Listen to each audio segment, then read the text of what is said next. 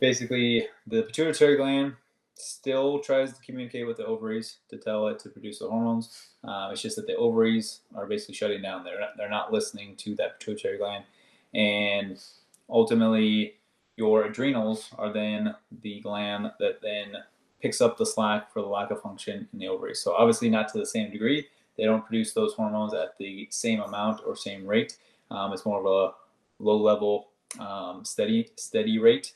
And therefore, if a person is under a lot of stress, whether that's physical stress, mental stress, physical and emotional and chemical stressors, all those different stressors can impact the body negatively and specifically put more stress on those adrenal glands, meaning that your body or the adrenal glands are going to preferentially start making more of those stress hormones versus those sex hormones. So you tend to steal those away, and therefore, if a female is going or transitioning into menopause and is in a stressed or low functioning adrenal state, obviously, that transition is typically going to be a lot more rough.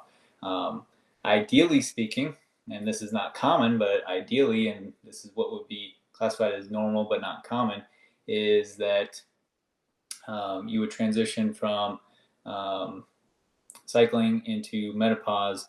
It should be a fairly smooth transition in the sense of like you just notice your periods are becoming more irregular, both in timing, basically in timing, so they get less and less frequent until basically you don't have them anymore. That's ideally what should happen. However, most people, that's not the case, especially this day and age. Obviously, there's just a lot of stressors that our body is trying to handle, and therefore most people going through that transition, it's a lot rougher.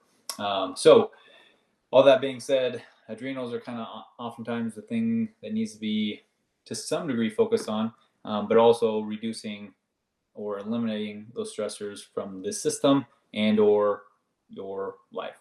So obviously sleep is one of the most important things. And then trying to handle or deal with those mental emotional stressors is really important. But then also what most people forget about and or maybe don't realize what's going on is those chemical stressors, whether that's blood sugar regulation, that's a really important one. The infections or toxins that the body's being exposed to, those are important to take care of. And then of course you can directly support those adrenal glands as well. So like things like an adrenal glandular can help out to some degree. And then, so just kind of going through that whole pathway is finding somebody that can work through and find what different things are stressing that system out. Specifically, though, for those menopausal type symptoms like hot flashes, trouble sleeping at night, and or night sweats, and weight gain. Those are probably the most common ones that I see in the office. Those specifically, taking things like, I guess, going through each kind of hormone. More estrogen specific is things like black cohosh. It can be helpful for that. Progesterone would be something like chaste tree is a common one that can help out there. And then also if somebody has high prolactin levels, and that can inadvertently suppress your progesterone production, then taking some high dose vitamin E oil can shut down that response to the prolactin and therefore help to get that progesterone production back up.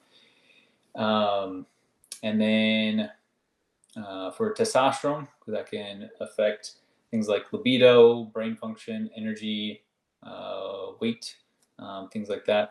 I usually have people start off with just eating. Most people don't eat, or taking either beef or sheep testicle. That can oftentimes give a boost to that testosterone. And then some overarching supplements. Maca root is something that helps out with the pituitary gland. So kind of promoting overall production of those hormones. Tribulus is another one that can be helpful for overall hormone production. I would say for females, a lot of times that can be really helpful for the progesterone side of things. For males, that can actually help out with some testosterone stuff, so libido and energy and stamina for males. Tribulus can be helpful there. And then also your precursors to those hormones. The foundational thing being cholesterol. All those hormones are built off of cholesterol. So if you don't have enough cholesterol and or you're not eating good enough fats, then oftentimes that production will suffer from that. And then a step up from that is pregnenolone. Pregnenolone is a supplement that you can get and buy. Pregnenolone turns into pretty much all the steroid and sex hormones, including cortisol. But it does have somewhat of a kind of direct path to progesterone.